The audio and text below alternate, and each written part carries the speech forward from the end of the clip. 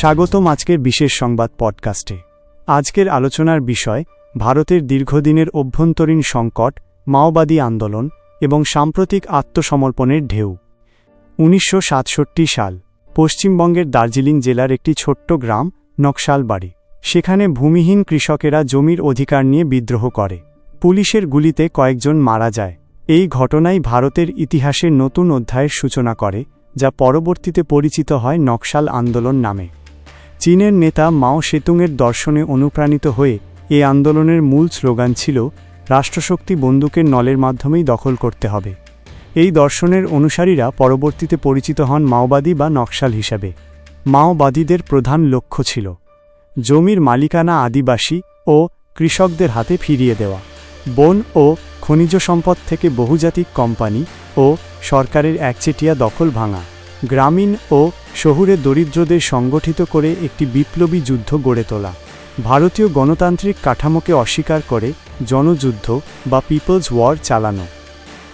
ভারতের বিশাল জঙ্গল ও পাহাড়ি অঞ্চল যেমন ছত্তিশগড়, ঝাড়খণ্ড, ওড়িশা, অন্ধ্রপ্রদেশ, মহারাষ্ট্র, বিহার, পশ্চিমবঙ্গ এসব রাজ্যের অনেক এলাকায় বহু বছর ধরে সরকারি উন্নয়নের ছোঁয়া পৌঁছেছিল না।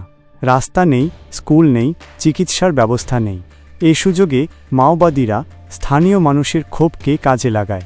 তাছাড়া বিভিন্ন সময় মূলধারার রাজনৈতিক দলগুলো রাজনৈতিক সুবিধা লাভের জন্য মাওবাদীদের ব্যবহারও করেছে।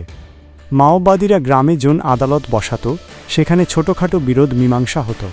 সরকারি প্রকল্প বা পুলিশি দমননীতি নিয়ে ক্ষোভকে তারা আন্দোলনের শক্তিতে রূপান্তর করেছিল। জঙ্গল আর পাহাড়ের ভৌগোলিক সুবিধা কাজে লাগিয়ে তারা গেরিলা যুদ্ধ চালাত।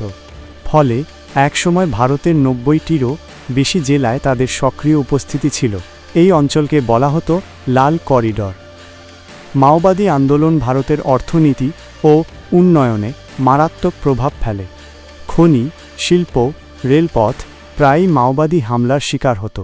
হাজার হাজার পুলিশ ও নিরাপত্তাকর্মী প্রাণ হারিয়েছেন।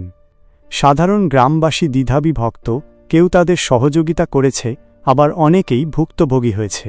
উন্নয়ন প্রকল্প দেরি হয়েছে, বিনিয়োগকারীরা পিছিয়ে গেছে। 2010 সালে ভারতের তৎকালীন প্রধানমন্ত্রী মনমোহন সিং মাওবাদী আন্দোলনকে বলেছিলেন, দেশের অভ্যন্তরীণ নিরাপত্তার সবচেয়ে বড় হুমকি। মাওবাদী দমন করতে সরকার একদিকে সেনা ও আধা সামরিক বাহিনী মোতায়েন করে, বিশেষ বাহিনী কবরা তৈরি হয়।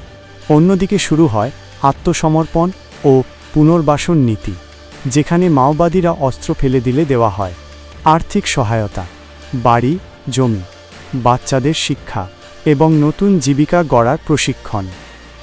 গত এক বছরে আত্মসমর্পণের ঘটনা বেড়েছে বহুগুণে। ছত্তিশগড়ের বিজাপুরে 25 জন মাওবাদী একসাথে আত্মসমর্পণ করেছেন। এদের সম্মিলিত পুরস্কার মূল্য ছিল প্রায় 1.15 কোটি টাকা।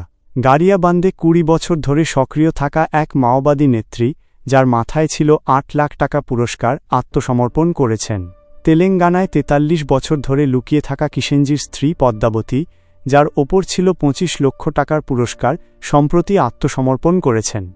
বাস্তার অঞ্চলের কন্ডাগাঁও আরও 4 জন মাওবাদী অস্ত্র ফেলেছেন, যাদের বিরুদ্ধে হত্যা ও হামলার মতো গুরুতর অভিযোগ ছিল। 2024 সালের তুলনায় 2025-এ আত্মসমর্পণের সংখ্যা প্রায় দ্বিগুণ হয়েছে। সহিংসতার ঘটনাও কমেছে। কেন আত্মসমর্পণ করছেন তারা? আত্মসমর্পণকারীরা বলছেন, সংগঠন আদর্শচ্যুত হয়েছে, এখন কেবল নিরীহ মানুষকে কষ্ট দেয়। দীর্ঘদিনের গোপন জীবন, পরিবার থেকে বিচ্ছিন্নতা আর সহ্য হচ্ছে না। সেনা অভিযানের চাপে টিকে থাকা কঠিন, এবং সরকারের পুনর্বাসন নীতি তাদের আশা জাগাচ্ছে। স্বরাষ্ট্রমন্ত্রী অমিত শাহ ঘোষণা করেছিলেন, ভারত থেকে মাওবাদী কার্যকলাপ এই বছরের ভিতর শেষ করবেন। সেই মতো ব্যবস্থাও নিয়েছেন। ইতিমধ্যেই মাওবাদীদের তরফ থেকে সিজফায়ারের অনুরোধ এসেছে এবং শান্তিপূর্ণ আলোচনায় বসতে চাইছে। সরকার এই প্রস্তাবের সত্যতা যাচাই করছে এবং সেই মতো ব্যবস্থা নেওয়ার কথা জানিয়েছে। তবে এখানেই শেষ নয়।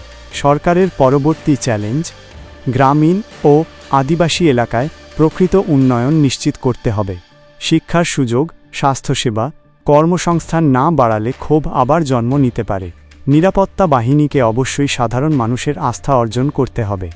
একসময় ভারতের এক তৃতীয়াংশ ভূখণ্ডে দাপট দেখানো মাওবাদীরা আজ ভেঙে পড়ছে।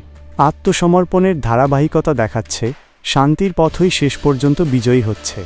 তবে স্থায়ী সমাধান আসবে তখনই যখন উন্নয়ন, ন্যায় বিচার আর মানুষের মৌলিক অধিকার নিশ্চিত হবে।